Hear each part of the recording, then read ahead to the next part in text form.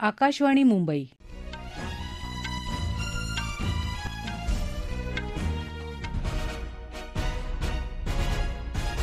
अमिता बडे राष्ट्रीय बातम्या देत आहे. ठळक बातम्या.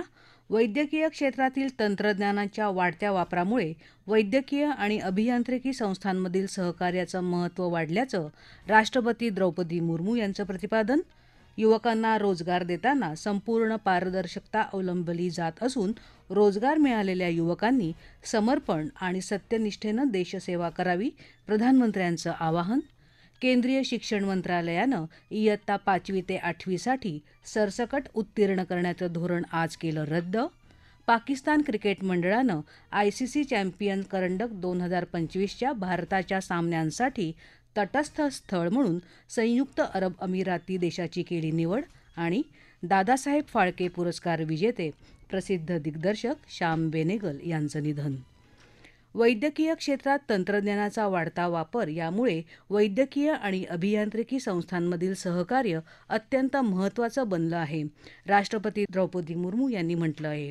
नवी दिल्लीत आज संध्याकाळी वर्धमान महावीर वैद्यकीय महाविद्यालय आणि सफदरजंग रुग्णालयाच्या 6व्या दीक्षांत समारंभाला संबोधित करताना त्या बोलत होत्या. कृत्रिम बुद्धिमत्ता, mRNA तंत्रज्ञान, रोबोटिक्स आणि 3D बायोप्रिंटिंगमधील प्रयोग वैद्यकीय क्षेत्रात मोठे बदल घडवून आणणार आहेत. संशोधन आणि नवोपक्रमासाठी वर्धमान महावीर विद्यालय आणि सफदरजंग रुग्णालय दिल्लीतल्या अभियांत्रिकी आणि तंत्रज्ञान संस्थांबरोबर मिळून काम करू शकतात. हे आंतरविद्याशाखीय ज्ञानाचं आदानप्रदान सर्वांच्या हिताचं असेल, असं प्रतिपादन राष्ट्रपती द्रौपदी मुर्मू यांनी यावेळी केलं. गेल्या 1.5 वर्षात सुमारे 10 लाख युवकांना सरकारी नोकरी मिळाल्याचं प्रधानमंत्री नरेंद्र मोदी यांनी आज सांगितलं. देशभरात आज 45 ठिकाणी रोजगार मेळावे घेण्यात आले. त्या माध्यमातून 71,000हून अधिक युवकांना नियुक्तीपत्राचं वाटप केलं. गृह मंत्रालय, टपाल कार्यालय, उच्च शिक्षण विभाग, आरोग्य आणि कुटुंब कल्याण मंत्रालय, वित्तीय सेवा विभाग यांसारख्या विविध ठिकाणी रोजगार देण्यात आले आहेत.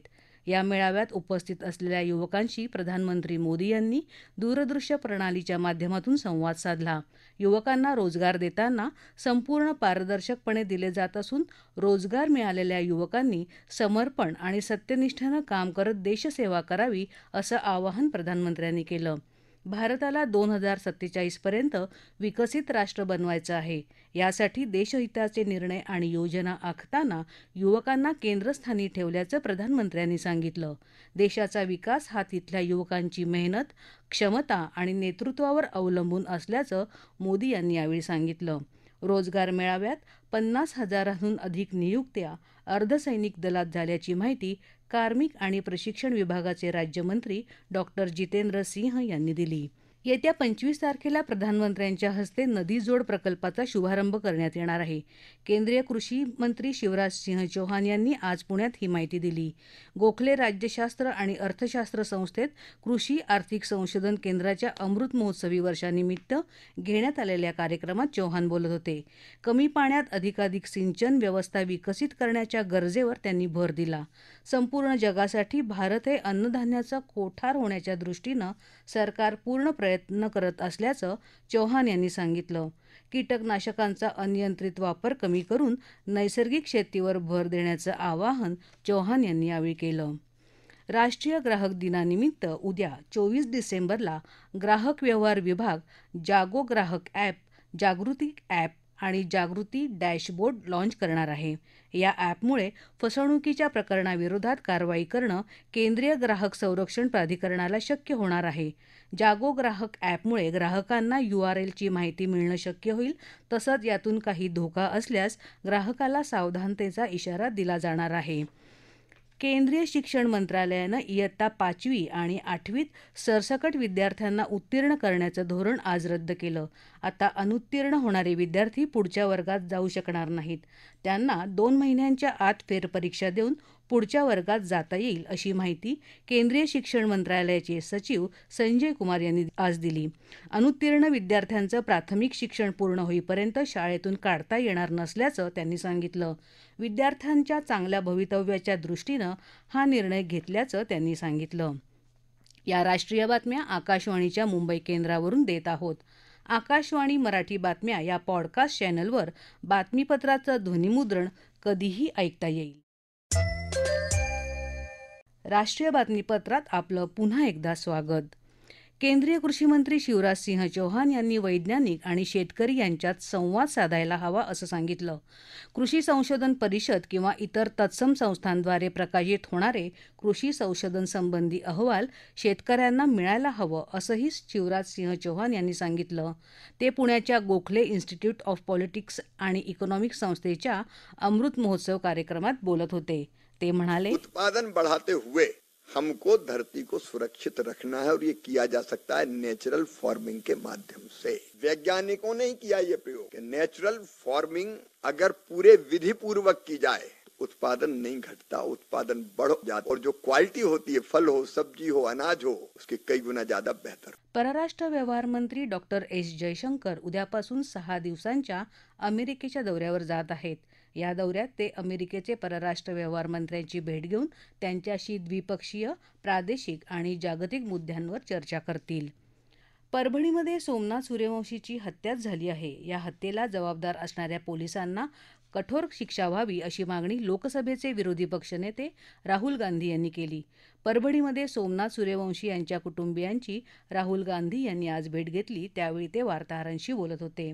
सोमनाथ सूर्यवंशी यांचा मृत्यू पोलीस कोठडीतल्या मारहाणीमुळे झाला असून मुख्यमंत्र्यांनी या प्रकरणी विधानसभेत खोटी माहिती दिल्याचं सांगत तेही या प्रकरणाला तितकेच जबाबदार आहे असंही राहुल गांधी यांनी यावेळी सांगितलं.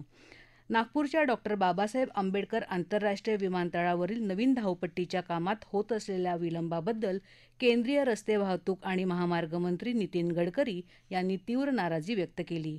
हे काम 1 महिन्याच्या आत पूर्ण न केल्यास कारवाईचा इशाराही त्यांनी कंत्राटदार कंपनीला दिला आहे. नव्या धावपट्टीच्या कामाची निविदा गेल्या वर्षी डिसेंबरमध्ये प्रसिद्ध केली होती. त्यानंतर यावर्षी 1 मे रोजी के.जी. गुप्ता कंपनीला या कामाचे कार्यादेश दिले होते. अद्याप हे काम पूर्ण न झाल्याच्या तक्रारी त्यांच्याकडे आल्या होत्या. त्यावर त्यांनी हे आदेश दिले आहेत. पाकिस्तान क्रिकेट मंडळानं 2025च्या आयसीसी चॅम्पियन करंडक स्पर्धेतील भारताच्या सामन्यांसाठी तटस्थ स्थळ म्हणून संयुक्त अरब अमिराती या देशाची निवड केली आहे. सुरक्षाविषयक कारणांमुळे भारतानं पाकिस्तानमध्ये खेळण्यास नकार दिल्यामुळे पाकिस्ताननं हा निर्णय जाहीर केला आहे. त्यामुळे भारताचे सर्व सामने आता संयुक्त अरब अमिरातीमध्ये खेळले जाणार आहेत. त्या देशात कोणत्या ठिकाणी हे सामने होणार आहेत हे पाकिस्तान क्रिकेट मंडळानं स्पष्ट केलं नसलं तरी दुबईमध्ये हे सामने होतील अशी शक्यता आहे. पाकिस्तान क्रिकेट मंडळाच्या या निर्णयामुळे आंतरराष्ट्रीय क्रिकेट परिषद आयसीसीसाठी स्पर्धेचं वेळापत्रक निश्चित करण्याचा मार्ग आता मोकळा झाला आहे. प्रसिद्ध दिग्दर्शक शाब बेनेगल यांचं निधन झालं. ते 90 वर्षांचे होते. पद्मश्री, पद्मभूषण आणि दादासाहेब फाळके पुरस्कारांनी त्यांना सन्मानित करण्यात आलं होतं. विजय हजारे करंडक क्रिकेट स्पर्धा सुरू झाली असून आज मुंबई विरुद्ध हैदराबाद संघामध्ये झालेल्या सामन्यात मुंबईच्या संघानं 3 गडी राखून विजय मिळवला. अहमदाबाद इथे हा सामना झाला. मुंबई संघाने नाणेफेक जिंकून प्रथम क्षेत्ररक्षणाचा निर्णय घेतला. हैदराबाद संघानं सर्व बाद 169 धावा केल्या आहेत. मुंबईकडून अथर्व अंकोलेकर यानं 4 तर आयुष म्हात्रे यानं 3 गडी बाद केले. मुंबई संघाच्या फलंदाजीची सुरुवात फारशी चांगली झाली नाही. सलामीला उतरलेले अंगक्रीश रघुवंशी आणि आयुष म्हात्रे अनुक्रमे 19 आणि 28 धावांवर बाद झाले. त्यानंतर फलंदाजीला आलेले 5 फलंदाज झटपट तंबूत परतले.